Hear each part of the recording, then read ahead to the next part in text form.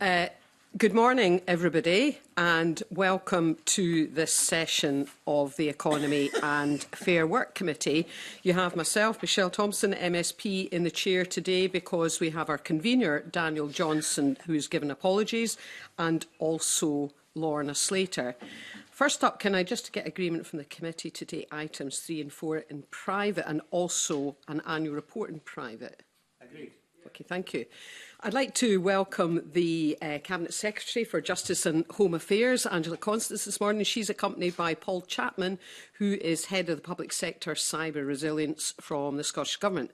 Now, I understand you'd like to make a short opening statement, Cabinet Secretary. Yes, thank you very much, Convener, and good morning to committee. I think this is the first time I've been to the Economy and Fair Work Committee as Justice Secretary, although in a previous Parliament I did served for a wee while on this committee, I think with Willie Coffey at some point in the dim and distant past. So I am very pleased to be here today to discuss the legislative consent memorandum, which will enable several clauses of the Cybersecurity and Resilience Network and Information Systems Bill to take effect in Scotland. Cyber threats are growing in scale and sophistication, and they do pose a real threat and a real risk to essential services that people, communities and businesses rely on every day. And as systems become more digitally interconnected, the impact of any single incident can spread very quickly. And we must therefore make sure that our laws and regulations keep pace with the change in risk and evolving challenge. So the bill strengthens and updates the existing network and information systems regulations. It expands the scope to include digital and operational services such as managed service providers, large data centres, large load controllers and designated critical suppliers, all of which play a major role in the delivery of essential national activities. And the bill also strengthens the powers of competent authorities in key areas, including information gathering, incident reporting, cost recovery and enforcement. In addition, the bill provides the UK Government with the tools to ensure a consistent strategic direction for the UK. This includes powers for the Secretary of State to publish strategic priorities, issue a code of practice for regulators and direct operators of essential services and competent authorities where there are national security concerns. For these measures to be effective, they must be applied consistently across all 4 nations. Many operators, regulators and suppliers work across national borders, and fragmented arrangements could create avoidable burdens that would weaken our collective resilience. So a coordinated approach is strongly supported by stakeholders, and it also aligns with the ambitions that we set out in the updated strategic framework for a cyber resilient Scotland, which I launched in November last year. The Scottish Government therefore proposes legislative consent for clauses related to critical suppliers, incident reporting, cost recovery, information gathering, information sharing, content of guidance, financial penalties, enforcement, appeals, code of practice, progress reporting and inspections. And these changes will give competent authorities, including Scottish ministers and the Drinking Water Quality Regulator for Scotland, enhanced powers to ensure cyber security and resilience across devolved sectors. So expanding the scope to include managed service providers and critical suppliers reflects the reality of complex supply chains and the potential impact of cyber incidents across sectors, and this also directly supports the ambitions in our strategic framework.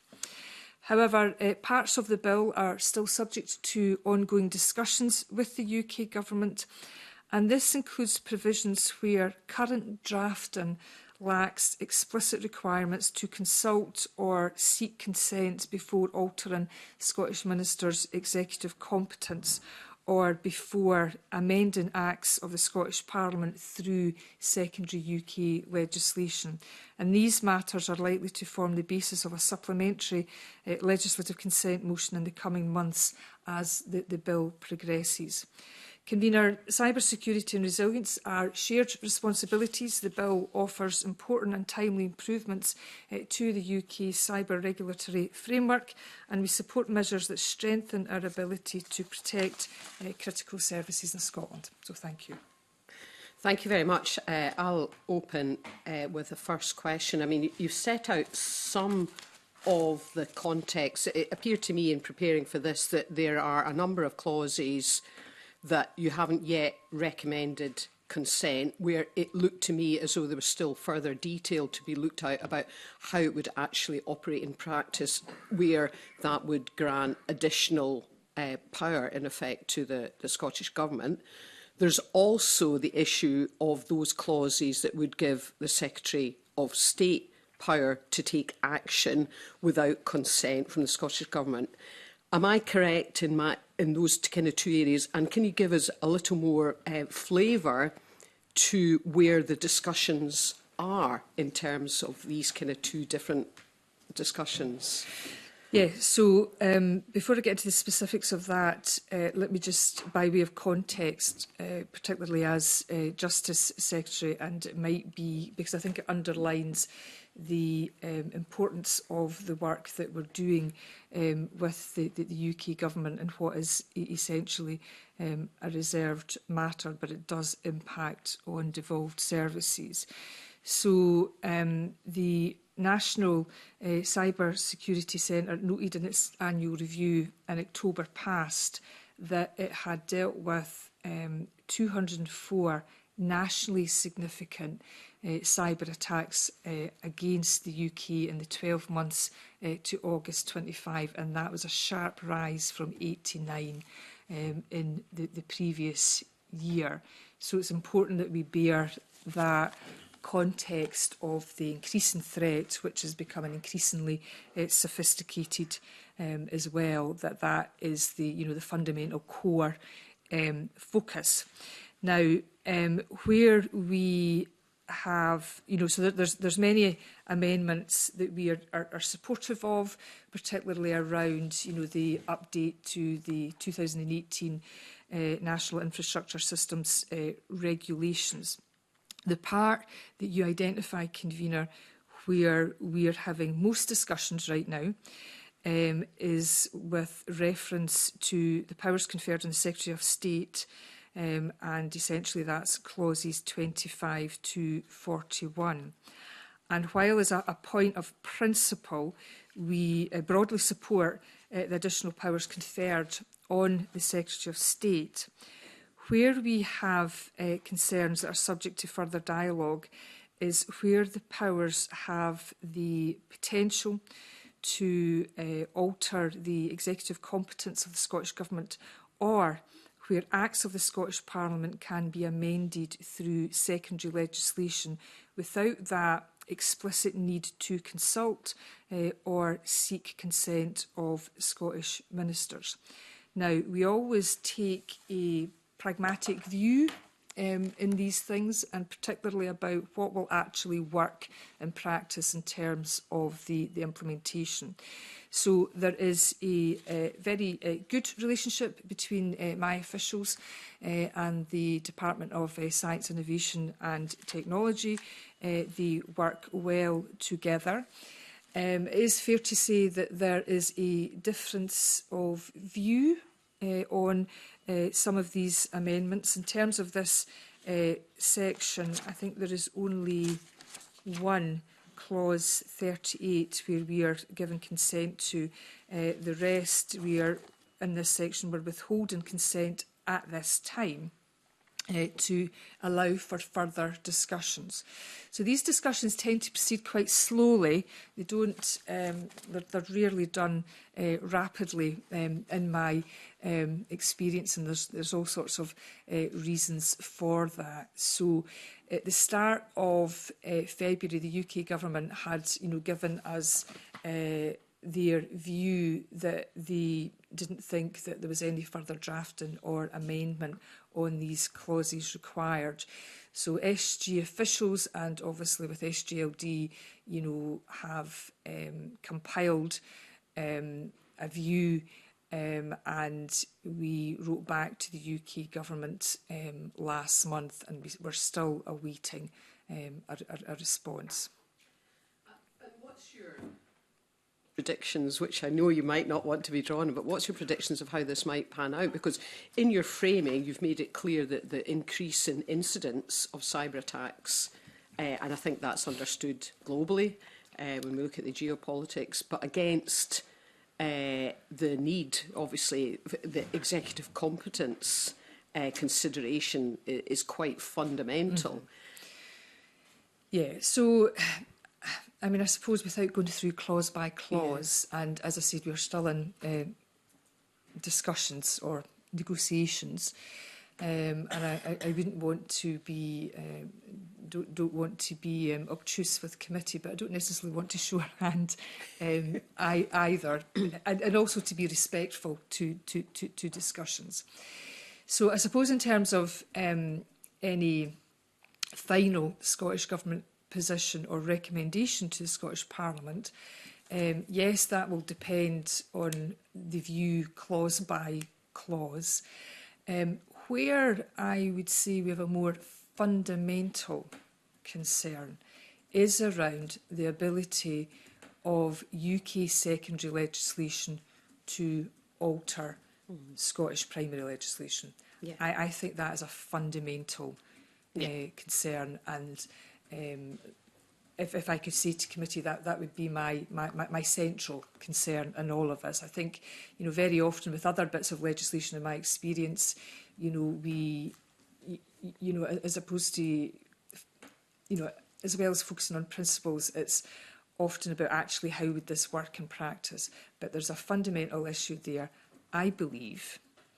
Bearing in mind, we don't know what a future UK government or a future Scottish government will look like. It's all very well to say, well, in this instance, relationships, are positive and constructive.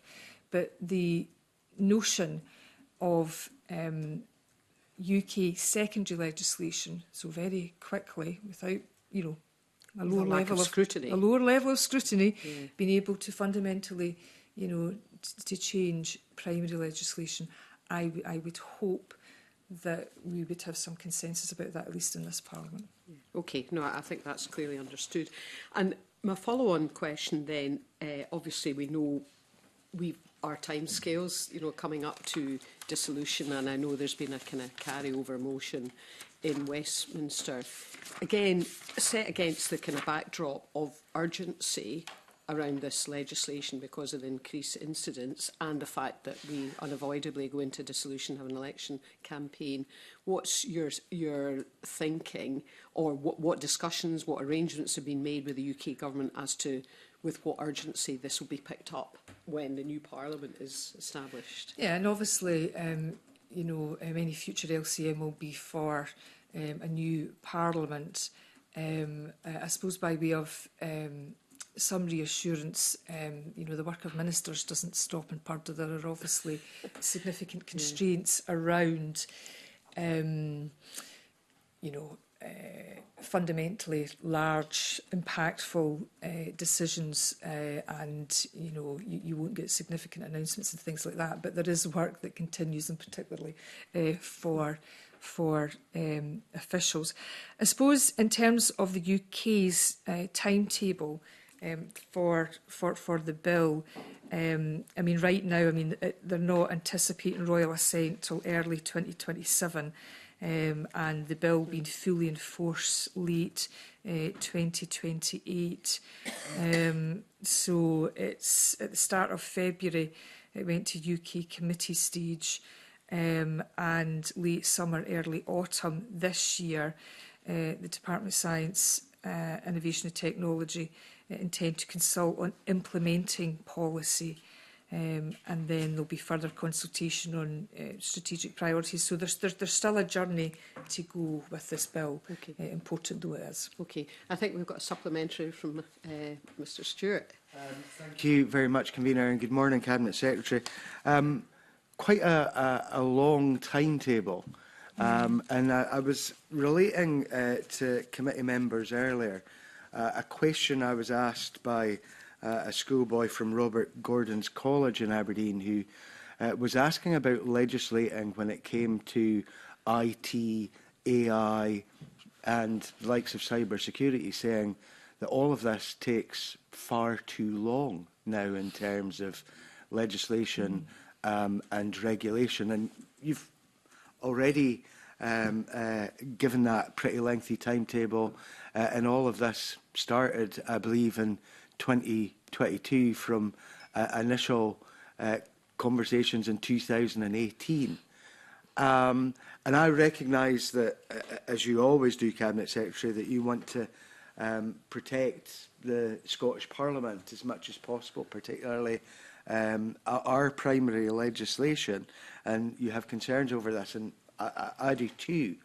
But in some regards, are we going to have to find a way with partners under the devolved settlement, or even if we were an independent nation, are we going to have to find a way globally to change how we frame legislation when it comes to these kind of issues? Because the baddies, quite frankly, are able to move very, very quickly in terms of what they are doing, and yet we seem to take forever to be able to legislate and regulate. So the point about the criminal world and the changing nature of crime and offending, that of course is moving at pace, and the threat, as indicated earlier, is increasing and it's becoming more sophisticated. In terms of, I mean, obviously the timescale for this bill is not within not within my gift. I think it's fair to say that there are probably other examples where, you know, both the Scottish Government and indeed the UK Government have legislated at pace. Some of that legislation I've been involved in, I'm thinking about post office legislation, the quashing of convictions would be one example where, you know, things did operate at pace. The point about the global connections here, and, you know, there's a global aspect to crime, geopolitics, of course, plays into that.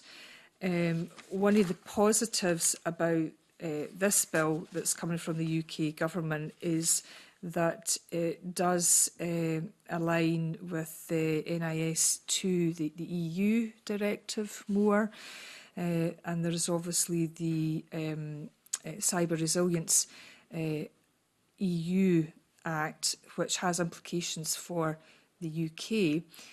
Not that we are subject to that legislation, but many businesses operate internationally, so they are already complying with this as well.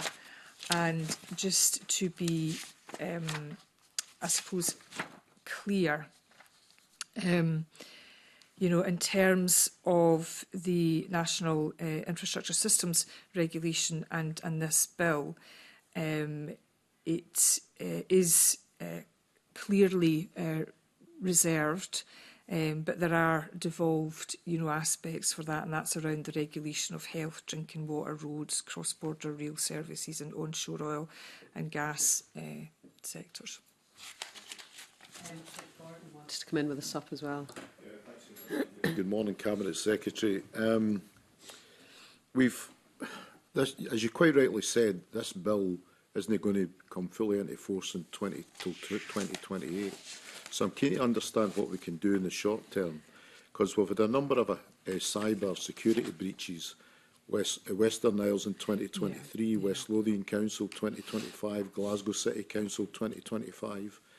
And reports into those incidents suggest that part of the reason was overdue IT health checks, lapse in public service network certifications, and untested incident response plans. So given that we're getting these attacks on a regular basis and that the bill isn't going to become fully compliant until 2028, what can we do in the short term to make sure that Scottish public services are actually, looking after the nuts and bolts of the system before they actually worry about ransomware? So, what we do within the Scottish Government with our partners is in and around the Strategic Framework for Cyber Resilience Scotland. So that framework was launched 2021. It was published, I suppose, in the aftermath in response to the COVID-19 pandemic, which of course changed our view and I suppose forced a pace of modernisation in some aspects, and particularly the use of technology and the role that that has in public services and public safety. So at the end of last year, that was updated, and the purpose of that is really to, while we can't change the law, but it's really about, I suppose, ramming home that there are cyber risks that need to be recognised, that those risks need to be recognised and managed across public, private and the third sector.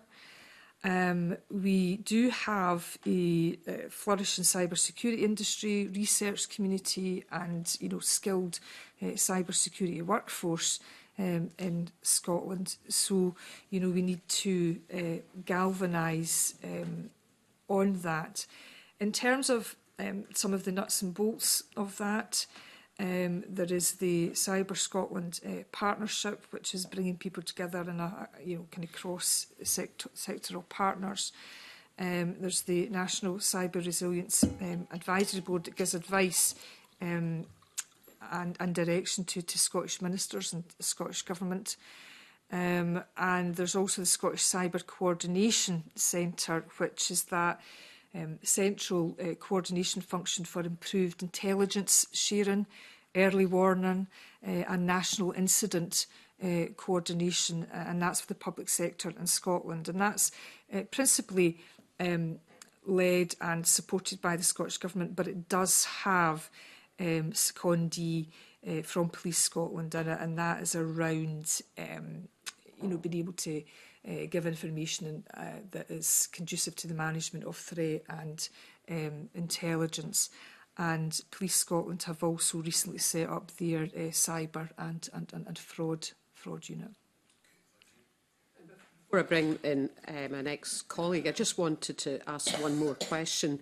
It wasn't that long ago I was out with the Finance Committee in Lithuania, who run their entire state of client-server architecture, and they have thousands upon thousands of cyber attacks. And given the sophistication of how they run their estate and the volume of cyber attacks they have, has anybody from the Scottish Government reached out to them for best practice? I mean, obviously, given their geographic location, it probably indicates why they've had such an increase, but it might be worthwhile considering I've not been to Lithuania, convener, just for the records, but I don't know if Mr Chapman has or any of his colleagues. So we've spoken to a number of countries across Europe at various levels about the differences in their architecture and the way they've done it. A lot of them have advantages in that they started from almost nothing and had to build it. The rest of us are having to sort of catch up and retrofit things into what we already have. We have a huge amount of legacy across the sector. But we are indeed talking to international partners, not just in Europe, but beyond as well. Okay, thank you. I'm going to bring in Murdo Fraser now. Murdo. Thank you. Yeah, good morning, Cabinet Secretary. Just to move on to slightly more practical issues in terms of the legislation, and I appreciate this is not a Scottish Government bill, it's a UK Government bill, but will impact on Scotland. And I think, given what you've said, I assume the Scottish Government, generally speaking, are supportive of the direction of travel and recognise the need for the bill. But it will come at a cost. It will come at a cost to business, particularly suppliers to the private sector in fields like IT, but will also come at a cost to the public sector, for example, the NHS. Has the Scottish Government done any assessment of the likely cost either to business or the private sector or to the public sector? So, in broad terms, yes, because this is an update of existing regulations. It's not anticipated that there will be, immense or, unwieldy costs. We do continue to monitor and look at that because sometimes, things can change depending on, quite small detail in an amendment, so we have to be alert to that. We are conscious about SMEs, so we will work with the UK Government in and around the area of SMEs. There's a bit of a, and if I don't get this right, Mr Chapman will keep me right, but competent authorities will be able to designate people who provide essential services for services that are absolutely crucial to the country.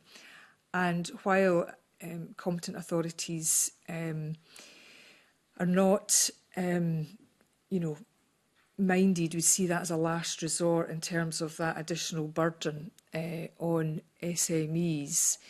We do have to be, alert to that. But I'll ask Paul to say a bit more about the practicalities of that. So the bill does allow the ability to, or the power to designate critical suppliers. That is very much seen, I think, as a last resort in most of the competent authorities that are out there at the moment. Now, this is part of that consultation and implementation that was noted earlier on, to try and work out how that's going to work in practice. But at the moment, it would be more likely for a competent authority to encourage its operator of essential services to manage their supply chains appropriately through the levers they already have, than necessarily going down the route of designating. That's more likely to be a real last resort where there are problems or where there's potentially concentration risk, where we identify that there may be common suppliers across different sectors that are vitally important. We may want to look at those differently. But outside of that, we wouldn't expect there to be much in the way of a sort of more of a burden onto those bodies other than the contractual arrangements they already have with operators of essential service. Well, I noticed the bill suggests that the cost would be 12 million across the UK. So assuming that Scotland has a proportionate share of that across the public sector, you wouldn't anticipate that's going to be a major burden. Not just now, not just now. And the point about SMEs is that they are currently below the threshold for being registered as operators of essential services as well. But cognizance of changes, and that there's a bit of a road for this bill to travel as well. Yeah. We need to be alert to. Okay. All right. Thank you. I think Stephen Kerry, you've got a supplementary. Yeah, I just was going to ask Paul Chapman, what's the anticipated number of critical suppliers then, given the criteria that you've explained? It's going to be vastly different across the UK and depending on the sectors that are designated in. So they may see it in some of the larger sectors, the more reserved ones like energy may well look to sort of designate critical suppliers. What about health? Health devolved, so I think it's very, very unlikely. The competent authorities that are established at the moment for the health sector obviously are governing public bodies, so a lot of the measures in the NIS regulations don't make a lot of sense to apply to a public body. So things like penalties and fees not really applied to the health sector as such at the moment by the competent authorities, because it doesn't make a lot of sense to charge a penalty to them. Sorry. So in terms of the financial exposure to public bodies from the penalties are quite severe, aligned with the existing data protection fines, up to £17 million. What's your assessment of the exposure that might arise from these penalties? For public bodies, very, very little. Very, very low. It would be, again, an absolute act of last resort. There are about 23 operators of essential service across NHS, boards and Scottish Water in Scotland that are fully devolved. Those competent authorities, it makes no sense to apply those penalties. That money would be taken out of the system when it would be far more usefully used to secure those operators of essential services estates. Okay. And what about the reporting requirements? They're quite onerous. Particularly, well, it all depends, because you've kind of narrowed the scope of who might be subject to them. But even for public authorities in a crisis, the 24-hour and 72-hour reporting requirements are still quite onerous.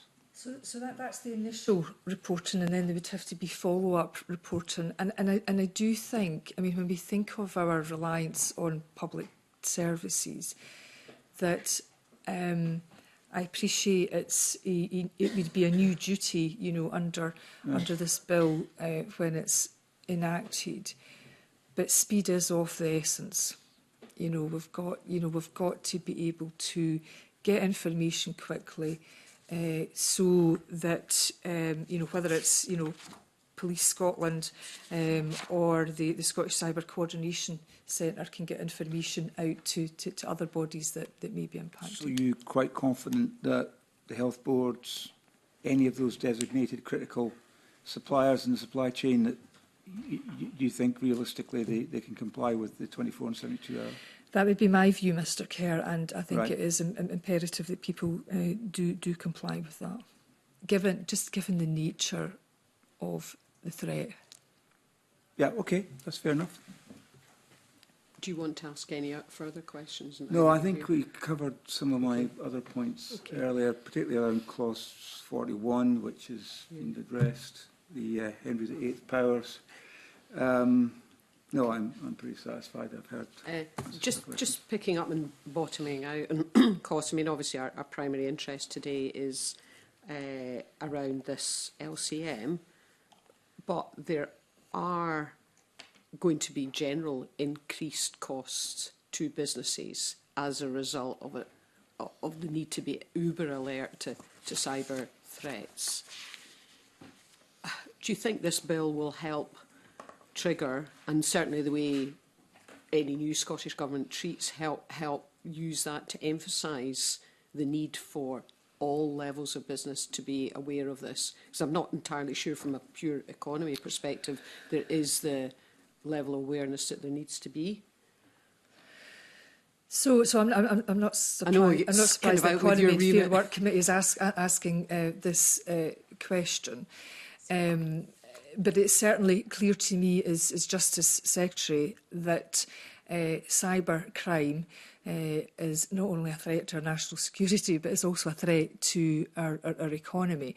So in terms of going forward and looking at the risk profile of, you know, threats to Scotland and the UK as a whole, you know, we're going to have to consider all of this in the round. My focus is obviously on combating crime and national security, although it's reserved. You know, but crime, you know, is used for economic advantage, and you know that has a huge cost to taxpayers, to business, and then of course there is the issue of, you know, how businesses are supported to upskill and uptool, and that has to be, I would contend, you know, a cross government consideration. Okay, thank you. Sarah, do you want to come in? Thanks very much, Convener. And it just follows on perfectly from that point, the Cabinet Secretary you've just made, that point about the costs. In the briefing we've got, it basically says that it's £15 billion cost every year in terms of cyber attacks across the UK. So I'm presuming in Scotland it's also a very significant cost. I think it'd be useful to put that on the record. In terms of making it real, we've talked briefly about the NHS.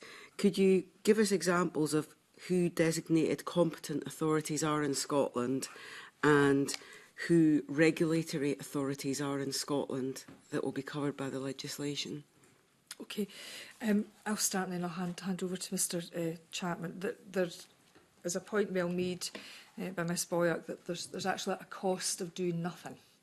So, you know, there's a cost of this crime and this threat, and there's a cost, therefore, there's a cost of doing nothing that has to be considered as well.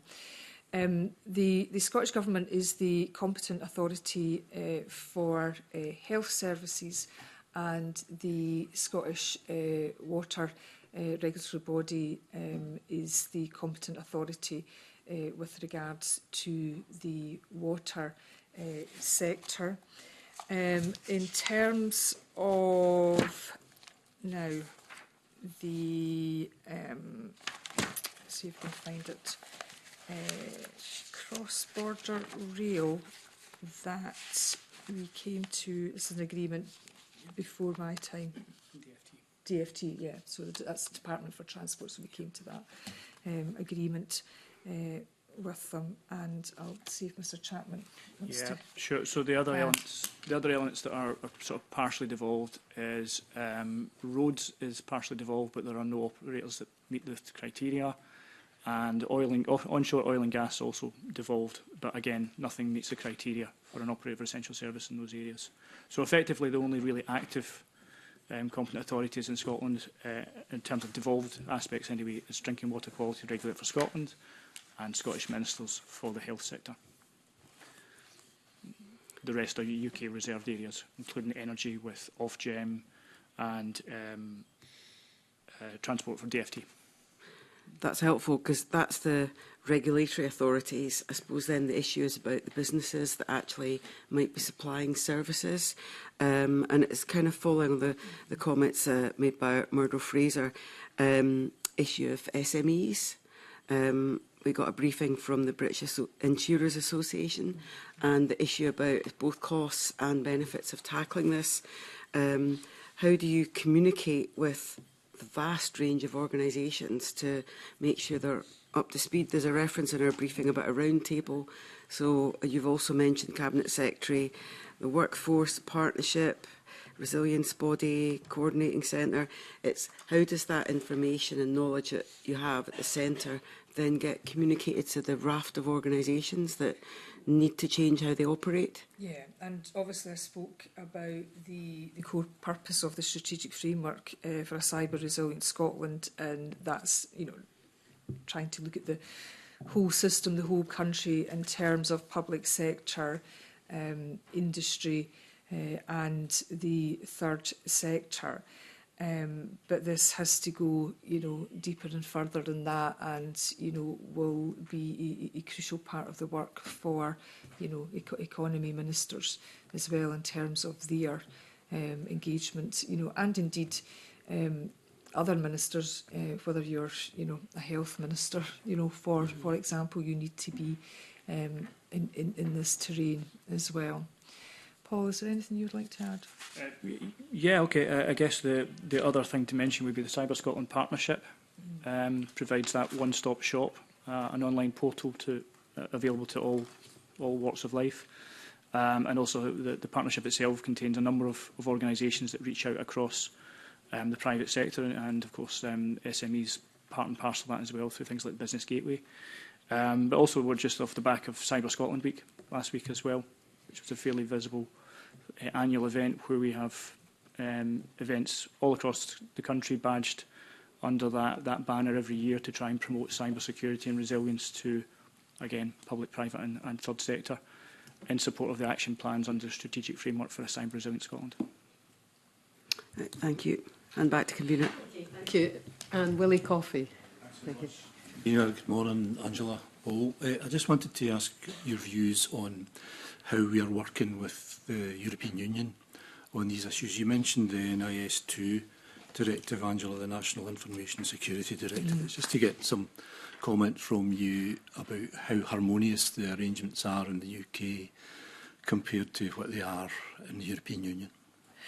So, I mean, in the same way that there's a logic of, you know, having a commonality of approach across the UK, bearing in mind, you know, geographically we're an island and businesses operate across geographical boundaries. I mean, the same logic, you know, applies in a European context as well. I mean, it's a stated aim of this government that we want to maintain alignment with the EU. That is in, you know, the interests of business. And, you know, there are businesses across in Scotland and the UK who, you know, operate across the UK and in Europe. And because they're operating in Europe, they're having to comply with the European Directive and the Cyber Resilience Act. And I suppose that in part would help alleviate the concerns expressed earlier about additional burdens and costs, because there are many, you know, businesses that are already operating to a particular standard.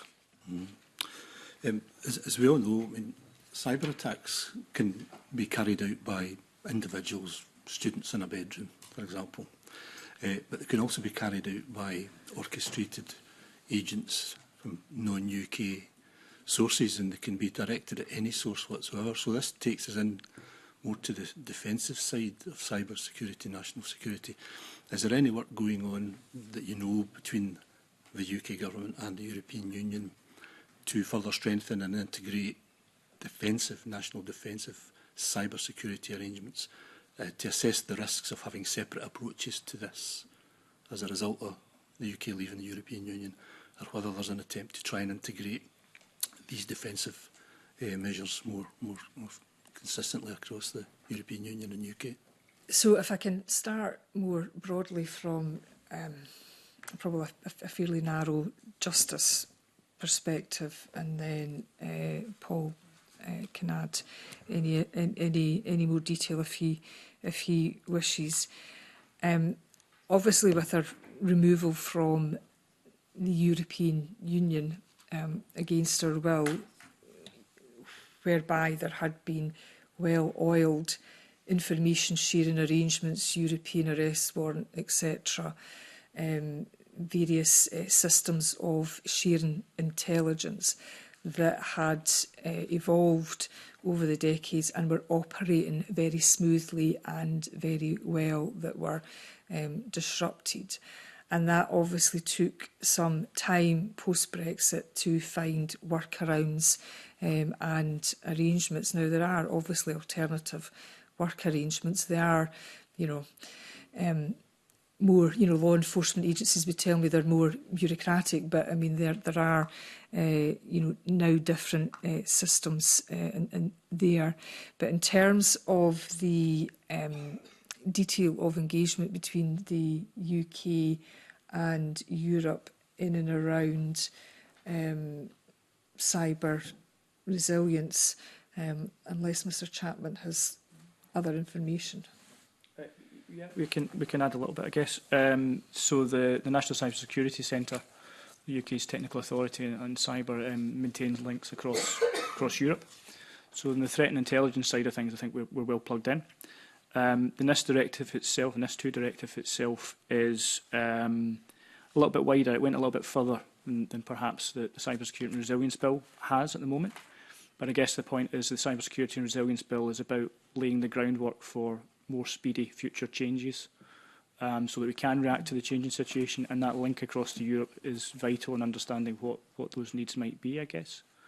And that's the kind of the way we link into that at the moment is through that. So there is a dialogue. There is a dialogue, yes, definitely. There's a dialogue. Thank you. Thanks for that. Final question from me. I mean, I think this session, I know we've deliberately been allowed to drift into areas of general concern around cybersecurity and not just focusing on the LCM, but indulges in that given we're the Economy Committee.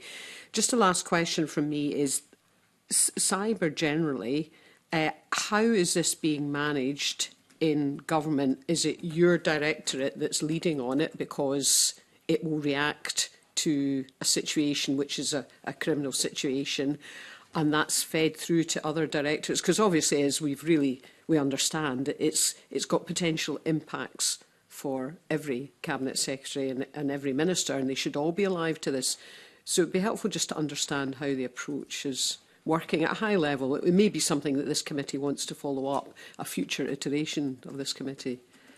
So obviously it depends on the incident. I mean, there is, directorate support in this, but again, I mean, it varies depending on whether it's an incident involving a local authority, a school, health board, in terms of leadership. So there may be, particular portfolio ministers more impacted at particular times in terms of, pushing for that. That's a reactive response rather than proactive, which is, I suppose, what I'm getting at. Indeed. So, but there is the digital direction, the digital directorate, pardon me, Digital Directorate and the Scottish Government that are, core and fundamental to all of this. But if there was further information, the committee would like me to pursue with other ministers on, I would be delighted to do that. No, that's very useful. Thank you very much, and thank you for your attendance today. That concludes questions, I think, from the committee, unless you have any final comments you want to add, either of you. No. Okay, thank you very much. And that concludes the public part of this session. Thank you.